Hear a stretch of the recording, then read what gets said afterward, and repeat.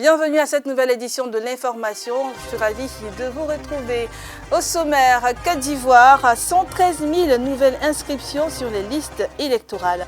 Toujours en Côte d'Ivoire, le pays fait sensation au Salon du chocolat de Paris. Enfin, football, l'affaire pour séquestration sur Paul Pogba, jugée à partir du 26 novembre 2024. Bienvenue. La Côte d'Ivoire enregistre 113 000 nouvelles demandes d'inscription sur les listes électorales.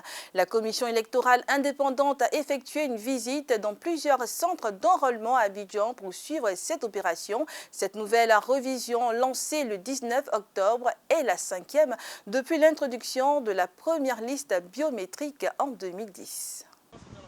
En Côte d'Ivoire, le président de la commission électorale indépendante CEI, Ibrahim Koulibaly Kuibière, a visité samedi 26 octobre 2024 plusieurs centres d'enrôlement dans les communes d'Abobo, de Cocody et de Trècheville pour observer le déroulement de l'opération d'enrôlement des citoyens sur la liste électorale. L'opération de révision de la liste électorale, qui se déroule du 19 octobre au 10 novembre en Côte d'Ivoire et à l'étranger, consiste à actualiser la liste des électeurs afin de garantir des scrutins transparents et inclusifs.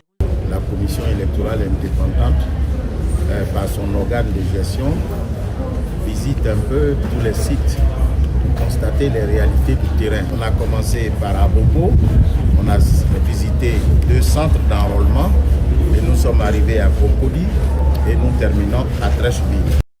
Depuis le 19 octobre, la CEI a comptabilisé 254 000 requérants, dont 113 000 nouvelles demandes d'inscription et 86 000 demandes de mise à jour des données personnelles. Cette 5e opération de révision de la liste électorale fait suite à celle des années 2015, 2016, 2018 et 2020 depuis l'établissement de la première liste biométrique en 2010. La dernière fois, on s'est rendu compte que 38% des personnes enrôlées sont des femmes. Or, nous cherchons à capter 48% des femmes. Est-ce que vous comprenez? Donc, il y a encore un gap de femmes à chercher. Nous avons rencontré et formé l'ensemble des jeunes de tous les partis politiques pour que ces jeunes-là puissent venir se faire enrôler. Avec une population d'environ 30 millions d'habitants, le pays d'Afrique de l'Ouest se prépare à élire un nouveau président de la République en octobre 2025. À cet effet, la CEI a invité tous les citoyens en âge de voter à s'impliquer activement dans ce processus de révision électorale, garant de la participation démocratique et de la transparence lors du scrutin. La Côte d'Ivoire, premier producteur mondial de cacao, entre dans la compétition de la transformation du chocolat. Pour la première fois, le pays a participé au Cacao Show du Salon du chocolat de Paris, un événement qui met en avant des créations vestimentaires en chocolat. Cette initiative marque une étape importante pour valoriser le savoir-faire ivoirien dans le domaine chocolatier. L'Europe demeure le premier client du cacao. On ne saurait donc imaginer un salon du chocolat en Europe sans le premier pays producteur, la Côte d'Ivoire.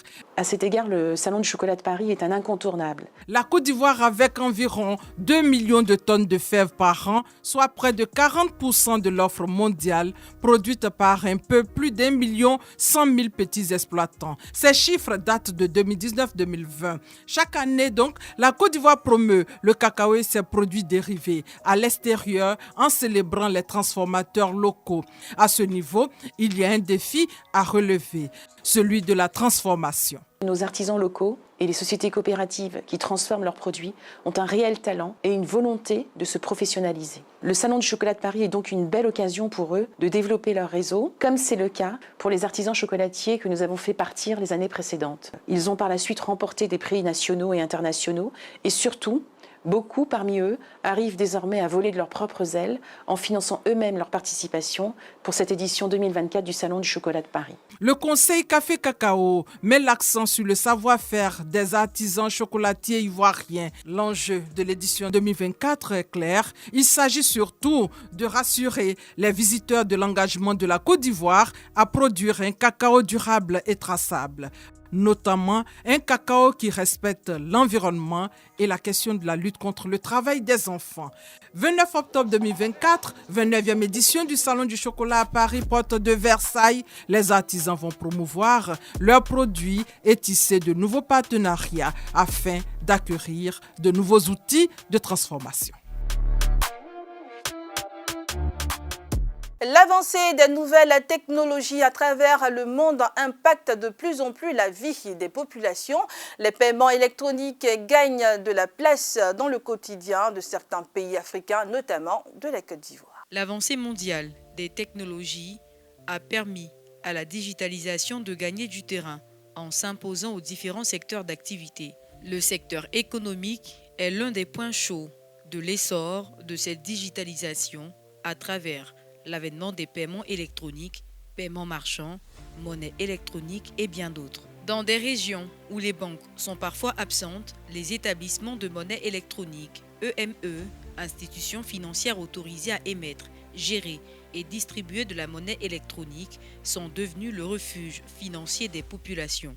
Grâce à eux, des millions de personnes, principalement dans les zones rurales et périurbaines, autrefois exclues du système bancaire, ont aujourd'hui accès à des services financiers de base. En septembre 2023, la zone de l'UEMOA, l'Union économique et monétaire ouest-africaine, comptait 46 établissements de monnaie électronique agréés et répartis dans 8 pays. Le secteur économique ivoirien n'est pas resté en marge de cette évolution et s'est même hissé au premier rang des pays ouest-africains. Sur les 8 pays ouest-africains disposant d'établissements de monnaie électronique, la Côte d'Ivoire abrite le plus grand nombre de ces établissements, soit 12 au total.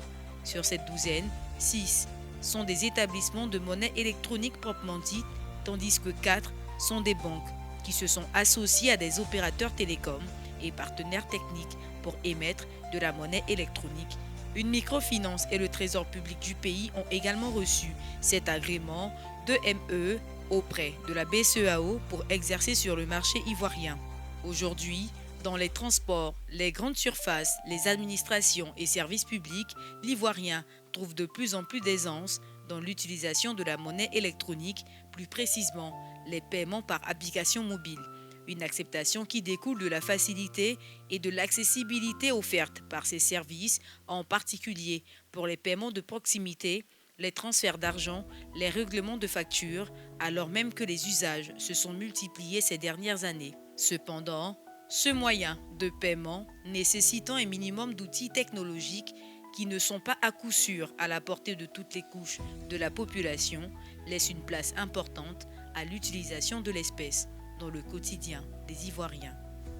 Dans un monde où la santé est primordiale, nous cherchons à savoir comment les Ivoiriens parviennent à la maintenir. À travers un micro-trottoir, nous avons recueilli différentes réponses sur leurs habitudes et pratiques. Alors, que font-ils pour maintenir une bonne santé? Des réponses dans cet élément. Mon astuce pour être en bonne santé, c'est que je respecte les 8 heures de sommeil. Je fais aussi beaucoup de sport. Je joue aussi au foot plus souvent. Je mange léger. Normalement, à une certaine heure, on ne doit plus manger, précisément à 21h. Donc moi, je mange à partir de 19h, 20h par là, pour permettre à mon corps de mieux digérer ce que j'ai mangé. Moi, la santé, ça dépend de toi-même d'abord. La consommation, si tu ne varies pas la consommation, ça risque de te pénaliser. Et abuser aussi l'alcool, ça aussi pénalise aussi le corps. Donc, il faut vraiment voir ta nourriture. Regardez bien ta nourriture. La nourriture, ce n'est pas forcément de manger pour que tu sois beaucoup rassasié, non. Mais il faut souvent varier et aussi à temps. À temps. Donc vraiment, pour la santé, c'est très important pour l'homme. Et en plus, comme moi je deviens gros, je me suis dit quoi? Comme c'est comme ça, je dois aussi faire le sport pour que je puisse garder toujours ma santé. Et c'est ce que moi je fais. Aujourd'hui, je suis toujours en bonne santé. Donc je vous exhorte tous à faire aussi le sport. Le sport est très important aussi pour la santé. Ne pas manger de n'importe quoi. Parce que dans les rues aujourd'hui, ce que nous, les femmes préparent dans les rues aujourd'hui, vraiment, il y a trop de choses dedans qui peuvent aussi causer des maladies dans ton corps. Donc il est mieux de bien manger chez soi. De bien manger chez soi. À Abidjan, les autorités intensifient la lutte contre les vendeurs ambulants, mais où est la limite entre la protection de l'environnement et la menace pour les revenus de ceux qui travaillent dans le secteur informel? Des réponses dans ce micro-trottoir. Les autorités sont contre des vendeurs de marchandises au bord de la route. Pour moi, d'une part, les autorités ils sont sur leur propre sécurité. Mais si on se base sur cela, ceux qui vendent au bord des routes, ils ont des familles aussi à nourrir. Donc d'une part, si on les chasse de là, c'est juste au moins leur occuper une place à se débrouiller là-bas. On ne peut pas les chasser de là, car c'est de là-bas qu'ils nourrissent leurs familles aussi. À mon avis, je pense que c'est très bon. C'est pour notre propre sécurité. C'est pas bon de vendre au bord de la route. Maintenant, si l'État aussi peut trouver une solution pour la population aussi, je pense que c'est encore mieux. C'est vrai, c'est manque de moyens qui fait que nos parents vendent sur la route. Sinon, ce n'est pas plaisir. C'est pas par plaisir qu'on vend au bord de la route. C'est parce qu'on ne sait même pas où aller, on ne sait pas où, on n'a pas de solution. C'est pour cela qu'on voit nos parents ils se débrouillent au bord de la route. Je pense que si l'État aussi peut réfléchir pour nos parents aussi, je pense que c'est encore mieux.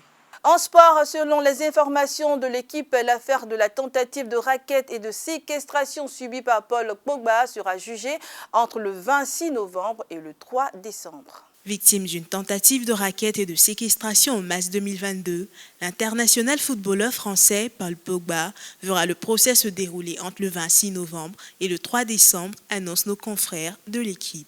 Pour rappel, 6 hommes vont être jugés dans cette affaire, dont des amis d'enfance de La Pioche, mais aussi son frère aîné Mathias.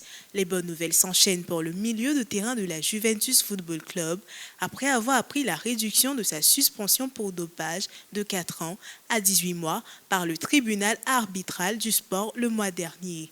C'est une nouvelle affaire que l'ancien joueur de Manchester United pourra laisser au passé. Avec un retour sur les terrains prévus pour mars 2025, le milieu de 31 ans n'aura plus qu'à penser au football pour son retour sur le pré, sûrement pour son plus grand plaisir. C'est avec cette information que se referme cette édition de l'information. J'ai pris un réel plaisir à vous présenter cette première édition du mois de novembre. Je vous souhaite, chers fidèles téléspectateurs de Miracle TV+, de passer une agréable suite de programmes sur MTV+, la télé qui transforme.